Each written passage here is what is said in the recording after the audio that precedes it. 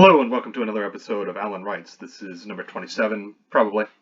I checked just before, but my brain, has a tendency to go off the rails and want to invent numbers on its own for things and stuff. That's why when I say labeling chapters, like chapter 6, chapter 7, it's called kind of arbitrary to get done with the first draft. Things are mushy, you move things together, move things apart. That's the way it goes. So, anyway, Finara had finished her presentation, and she was, to be honest, when she talked with Veers, it was a little too easy. I'm probably going to have to thicken that up a little to create additional tension. Even though he is going to, in the end, going to be impressed by her, that's a so what moment. It's a, whatever moment. It needs to be more. It's a thriller. It's supposed to have its ups and downs. Maybe there's a lot of different ways we can go with that. But that's for the second draft, when it will appear that I knew what I was doing all along, to quote Neil Gaiman, which was a really good quote, by the way. And he knows, he does a lot of research, and I imagine he puts things together much the same way. But eventually you do have to write this stuff. You have to get something on the page. You can't fix a blank page. So, let's move on. She stayed in her room, a tidy Unitarian affair without a service droid affair. Unitarian affair, as fitted her position. Is it true? Is that true? We live in Star Wars, and tidy Unitarian.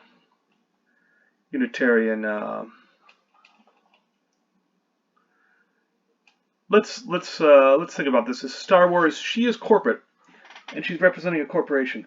So they're going to spring for, there's two ways they can go. For a lot of things, they do it overly well. In terms of corporations can dole out perks like you wouldn't believe. And they can also be horrible, horrible penny pinchers. But she's here on Telek's dime, so to speak. So, a tidy, one bedroom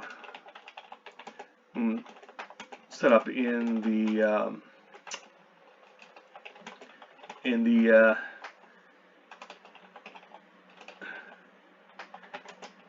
Arms Hotel. Just off from the headquarters base. Off from the headquarters base.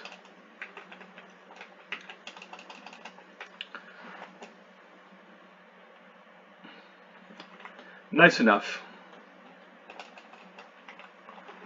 Nice enough with real fake wood furniture and scented lights.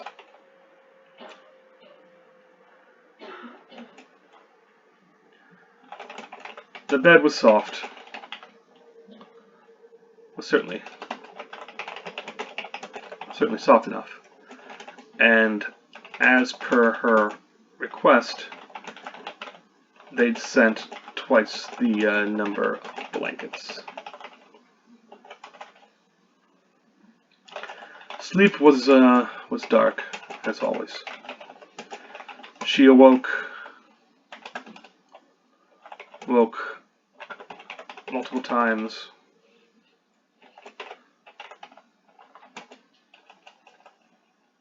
She awoke multiple times, and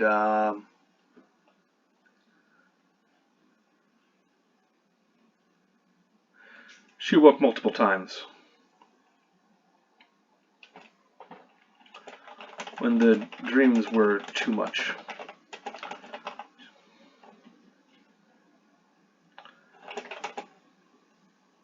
And finally, past the midnight hour, she grew hungry.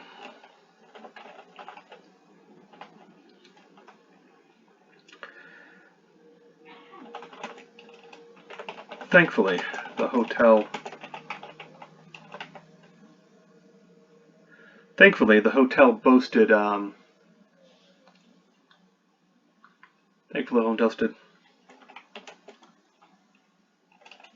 a continuous buffet. You know, like Vegas.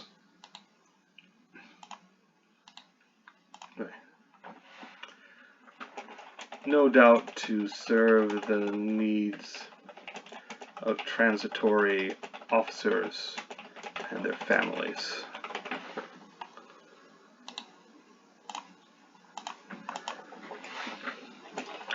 Indeed, inside the dining hall, there were several of those clustered at one table end or another. The private dining areas were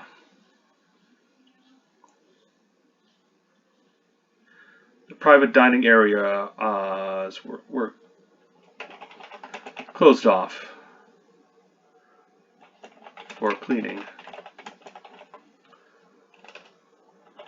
though she couldn't hear any bots. Perhaps those were the new scrubbers. Scrubbers and oiled up to factory specs.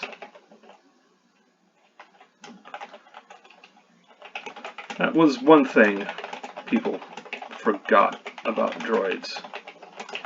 They didn't self-maintain like people could.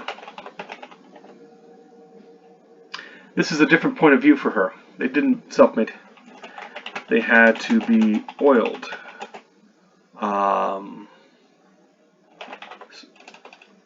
And oiled and not degaussed. What am I talking about? They when you remove rust, and sometimes scoured, or they would rust. You couldn't just let them be and expect them to be fine. A pair of boys swept past her.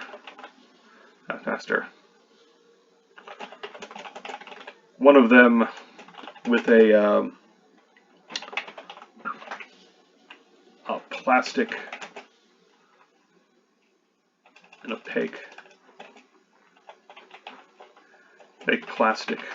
That is not how you spell opaque. It's almost like Prague, but it's a opaque plastic bucket over his head, while the smaller of them chased after him with a the ladle,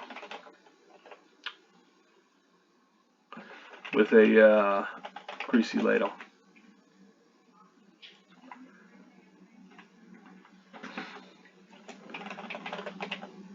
Apparently,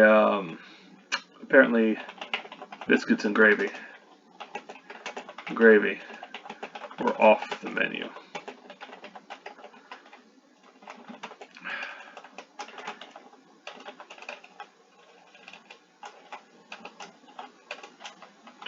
Eggs were in short supply as well.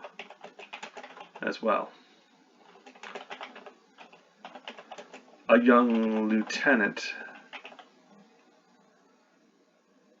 Now, this is going to be bait for her. What are we thinking about? Is he going to look like a lieutenant? Is he going to be young? Is he going to be old? Who does she trust? She trusts younger people, I'm going to say, just on general principle. Because the older people keep trying to screw her over. A young lieutenant with the barest of, and it also plays to ISB, where they've used these sort of people for it, with the barest of fuzz on its cheeks.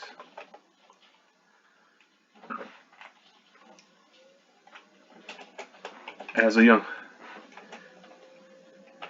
attested as he poked an empty bin. "Where's the eggs?" he asked the serving droid. "I am sorry, sir, but the eggs have been delayed by an unforeseen..." The droid began to say. "No eggs.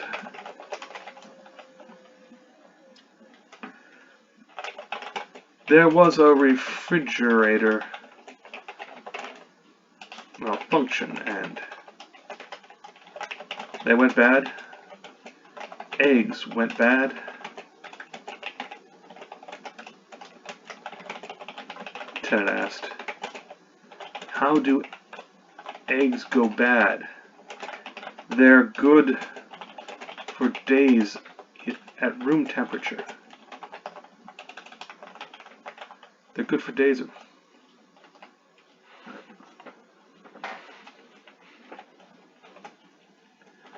He's got a point, Finara put in, and looked to the droid. "What's keeping them from serving?"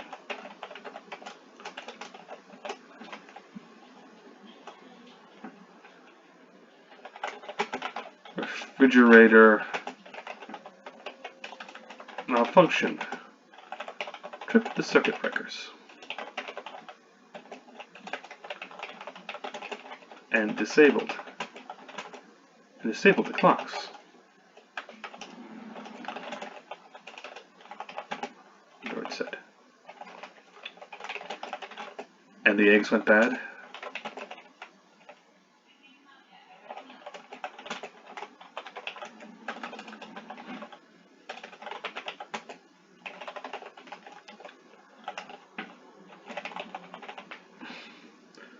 The droids weren't alerted. Eggs were done cooking. Guess is they're a little burnt. They're a little burnt.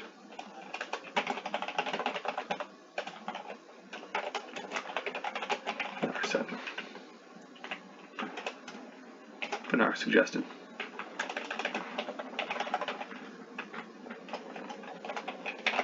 "Exactly, ma'am," the droid said.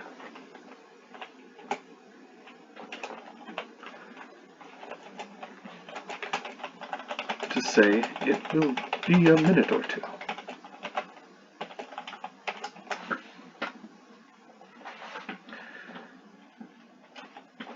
"Fine. No eggs." Lieutenant.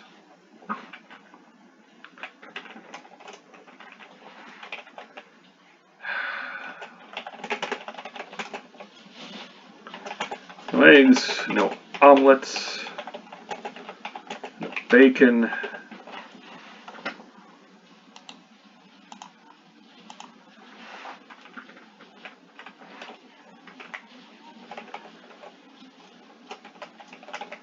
"There's bacon," Finara said and pointed.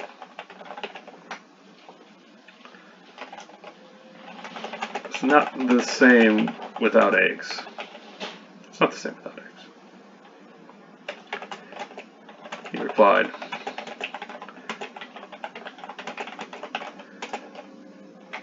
"Aren't you..." What? Aren't you, what? What? Eating? Having breakfast? What? What?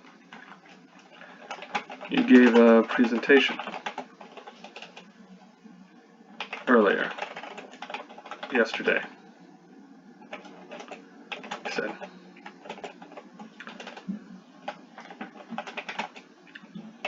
Could have been me. What was the topic? Boring. Sorry to say. It's very boring. Replied, not that it was your fault. These briefings are next to worthless. Just pushing they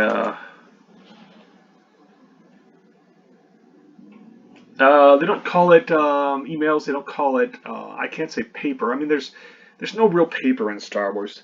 People just use forms, just pushing data until they get their pensions. She recalled the old men in the presentation hall. Only a few had bothered to follow along, and the occasional snort of broken sleep had come and gone.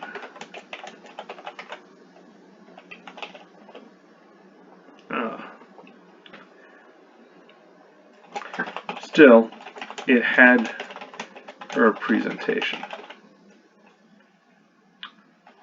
and she had to at least seem offended.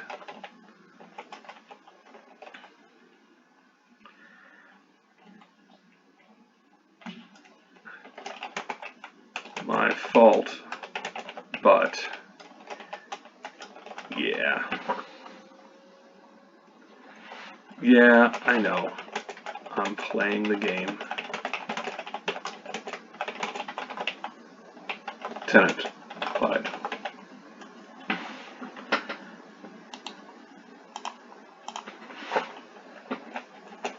Miss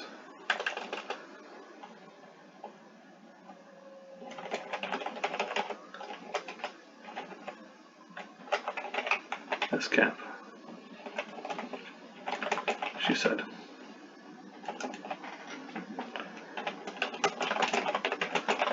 Remember me? I'm Lieutenant.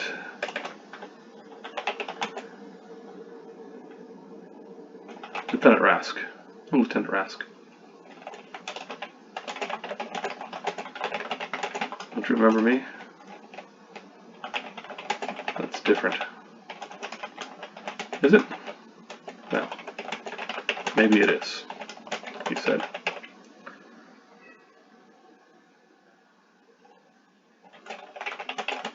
Want to grab a coffee while they fry those eggs?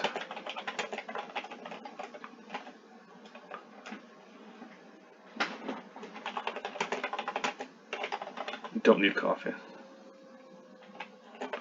Not yet.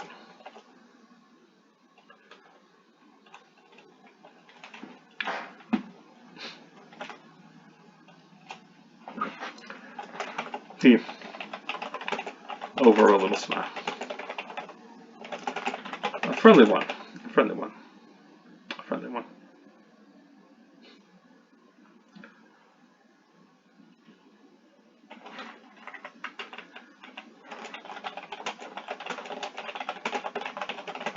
Yeah. A friendly one. A friendly one.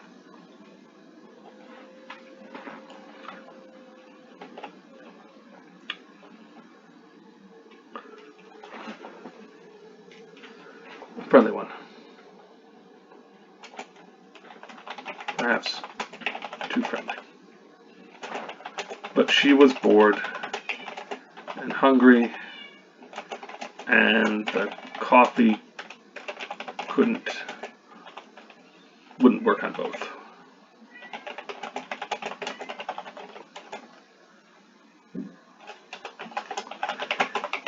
Each grabbed a mug. He took his black, and so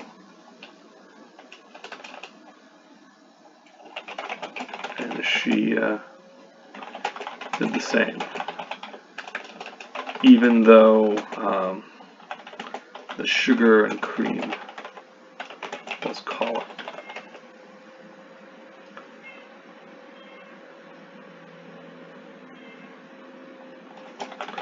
And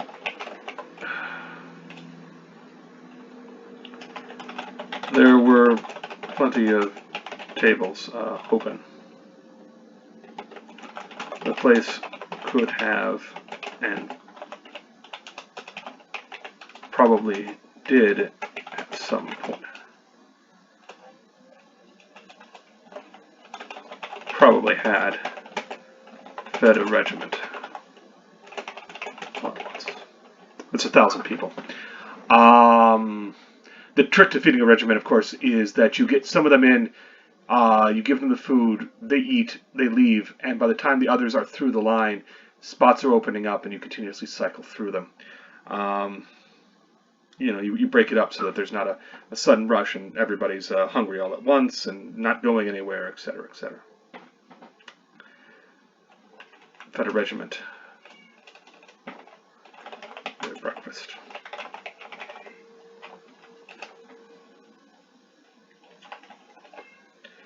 So, was it true? Ask Aster.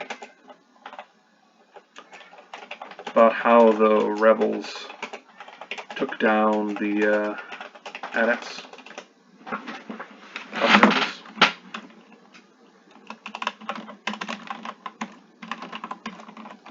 Alright. And we're back. So now here's a question. Yeah, he's got to play it coy. He really has to play it coy with her. About the rebels? Of course. This was an official briefing. High level. Yes. Was it true?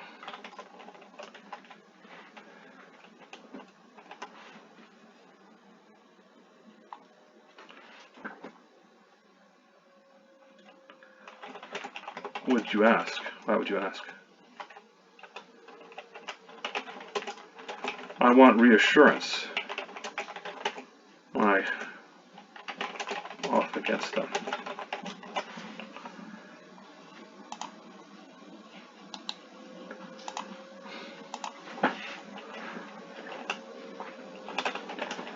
He said,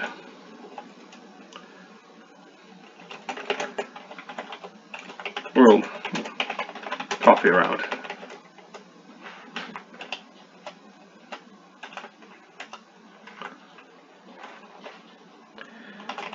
You expect to go to ground combat? She looked at his uniform. Army, no awards. He's an ISB agent. He's not going to want awards that he can't explain. Army, no awards.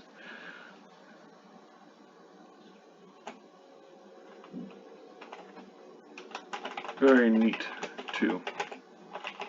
Probably just out of the box.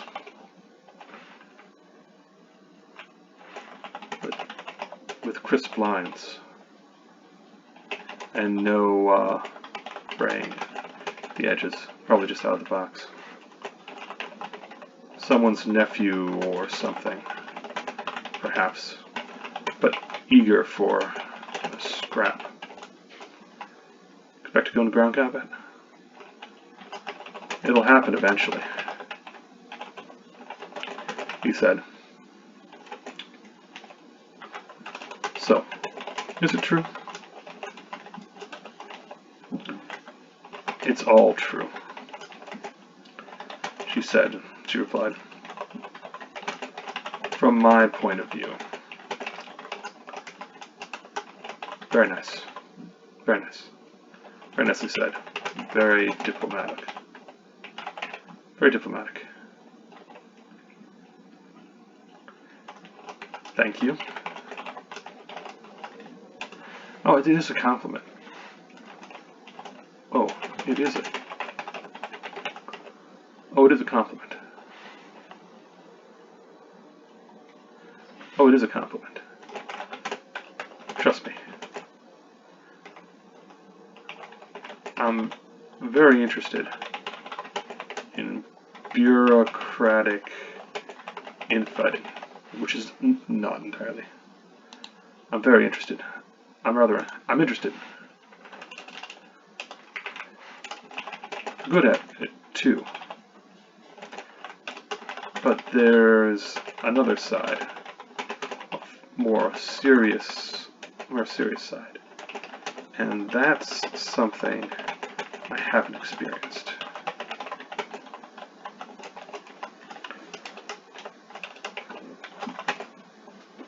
You're missing much. I can tell. It's a lot of yelling.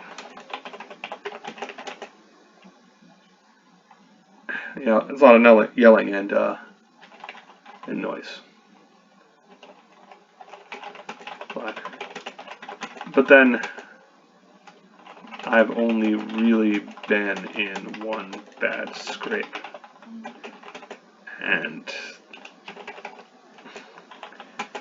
it didn't go how I thought. It didn't go how I thought. Does it ever?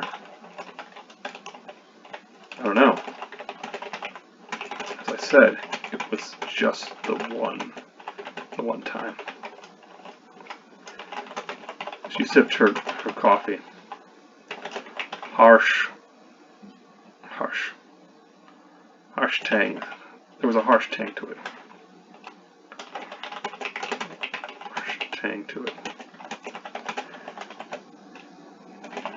You know what this needs? Sugar. Lots of it.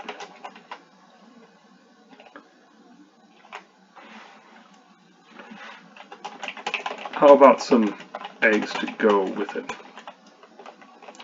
God, this is a long conversation. It's almost like a My Dinner at Andre sort of thing, where they're just kind of feeling each other out. He asked, pointing as a service droid rolled back in from the kitchen, carrying a stack of steaming. What do they call those containers?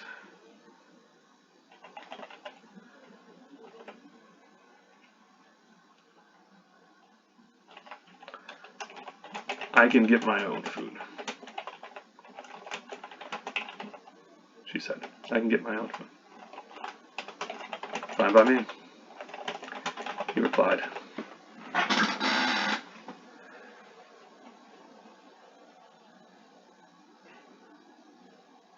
But before you get them,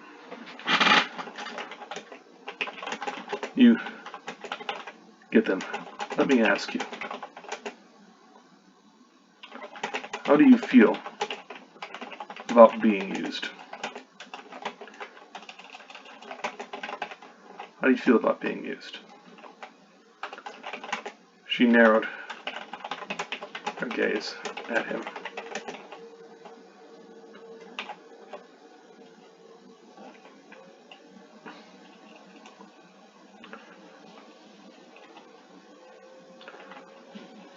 Before she would have asked,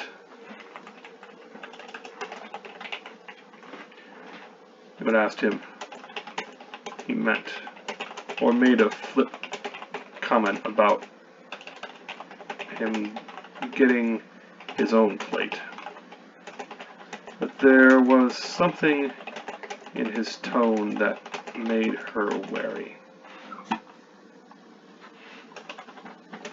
The whole situation was suspect.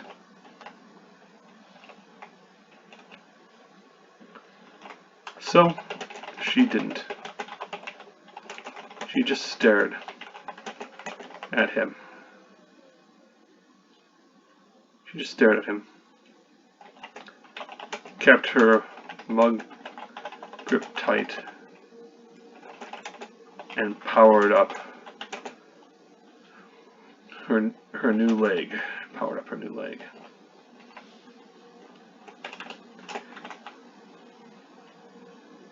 It the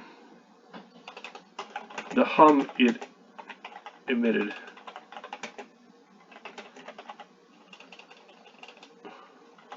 rubbed at her ears. Is that your leg? Is that your leg or mine? Rask asked. What do you want? Oh, we're going right to it. We're going right to it? Who do you represent? Not the army.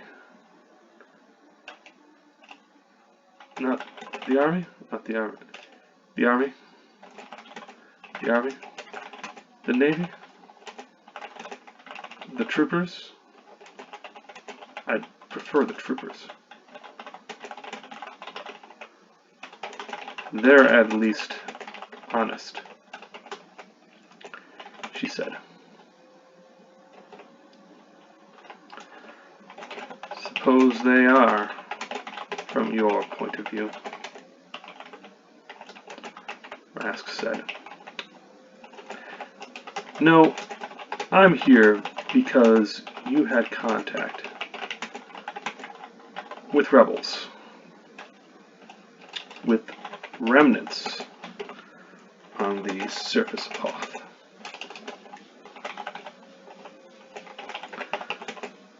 Simple question, simple answer, and you can walk away knowing you've saved lives and gotten something nice.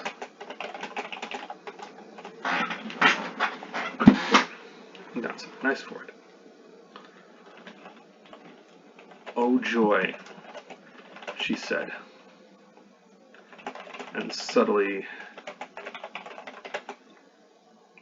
motioned the droid over. This is Star Wars, and we're going to get a little tense on this. And subtly motioned the droid, the service droid over.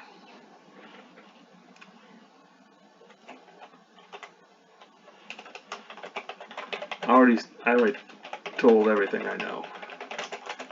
I know. To people much worse than you. Now, yes, but we're not in the same surface.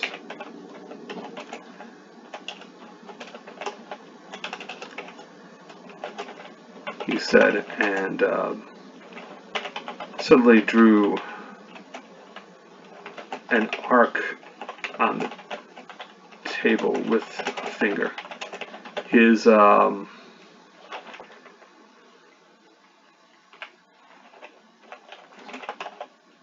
dipped a finger in the thick coffee and suddenly drew the rebellion.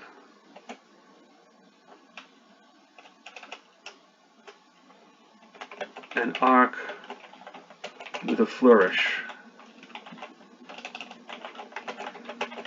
Rebellion. Do you understand?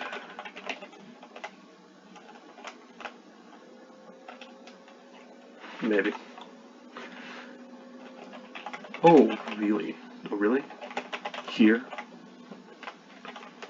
Yes, here, he said, and waved away the service droid.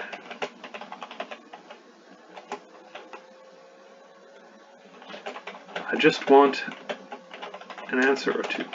I just want an answer or two. And we'll leave you be. Who survived? Who survived the Imp's attack?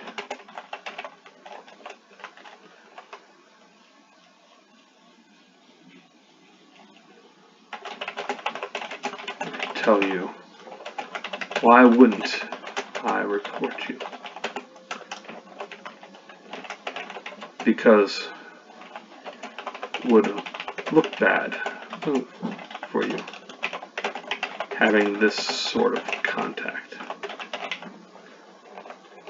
He said, especially bad for your career chances. Turning in a spy? Who said I was a spy? Who said I was a spy?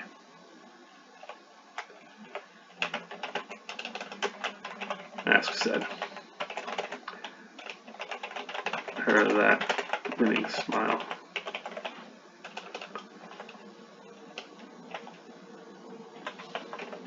Friendly fuzz.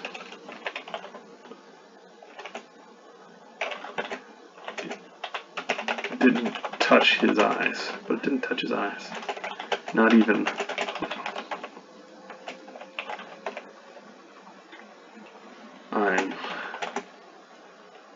I'm just an officer. I'm just an officer in the army, talking with an engineering expert.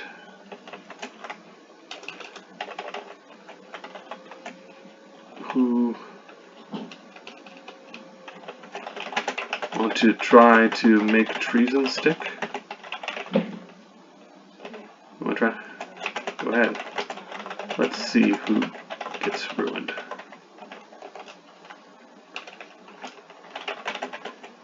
Give me the names. Give me the names. And I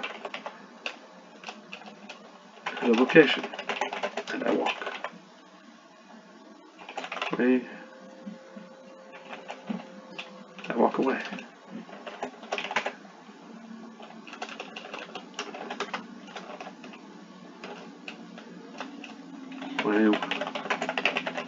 Not incident.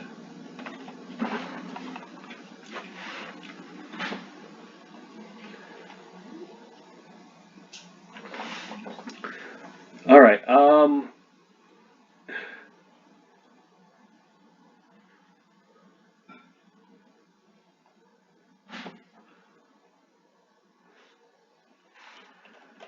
She considered her options. No point in telling him the truth. No point in telling him the truth. Obvious. No point in denying him either.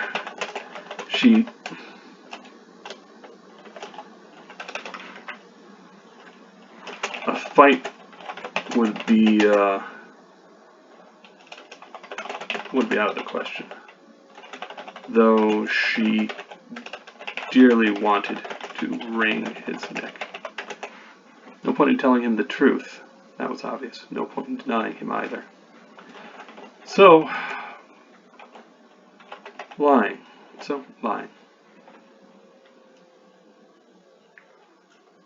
Lying.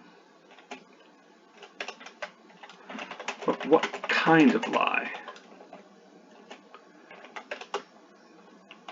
Too small and he wouldn't be satisfied. Too big and he'd scoff. No, she needed to tailor this to the moment. There were a dozen of them. Don't know their names. Don't know their full names. Only what they were called.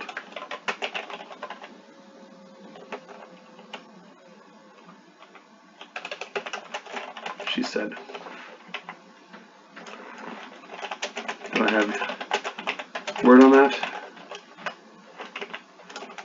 She asked. He nodded. It was an easy thing for him, I promise. There were a dozen of them. She began. I don't know what they were called.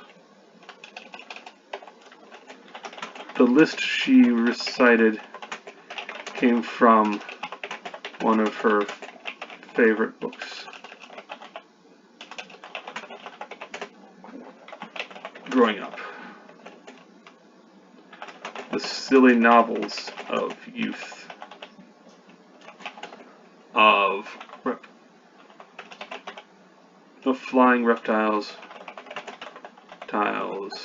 and girls who dared to dream of the sky.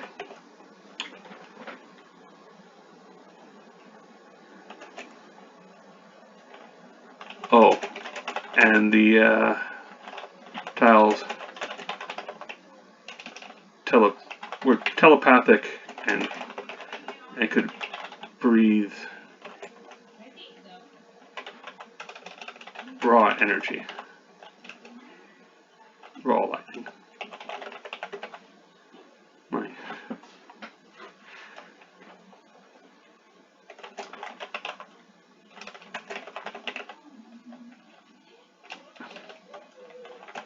Had been fun once. She concluded the list. I left them in a cave not far from Walker's crashed speeder. Skywalker. Yeah. Him and Solo and that princess all had speeders.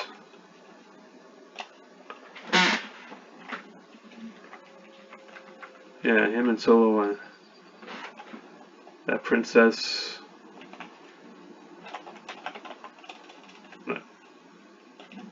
That rogue princess. And the smuggler.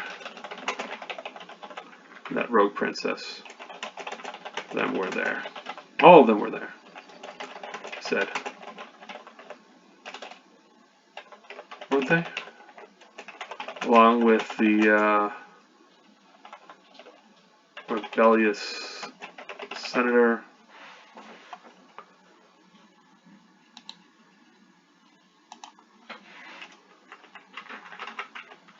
That is not how you spell orange. Along with the rebellious senator, her calamari and lackey, and at least one turncoat. Happy now? That's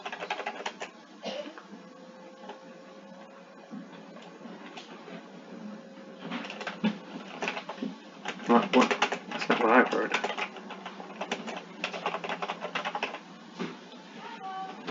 His eyes flickering about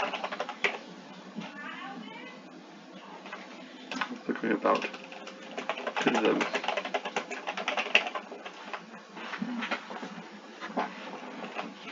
Well, there you are, he said, and pulled back. And slipped back.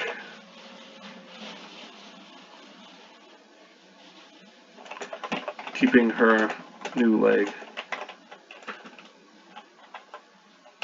between her and him. He rose to follow, but she was already well away. Good luck.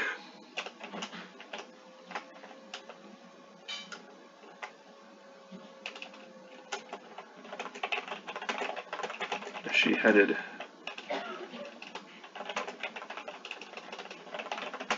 the nearest. Alright. Report Rask. She passes the test.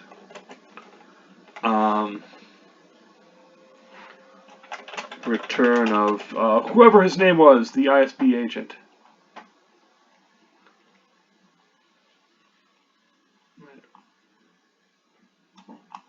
Randulorum.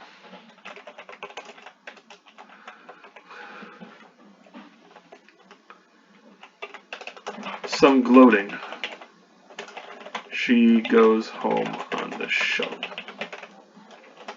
Alright, so, and that'll have to do for now. Alright, this has been Alan Wrights. We are getting to the part where she will start having to make decisions. There will be pressure put to her. Because while this has been a test, there will be another test coming shortly after she kind of figures out that her position is still on light duty, still trying to make sure that she can be slotted into the right position, so to speak, a trustworthy position when ISB finishes their full report.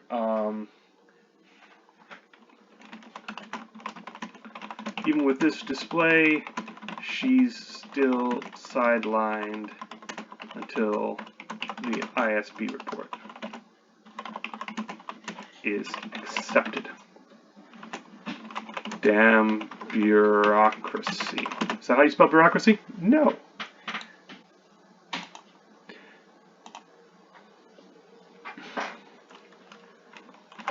The Empire is imperfect. All right. So is Kellogg and his methods.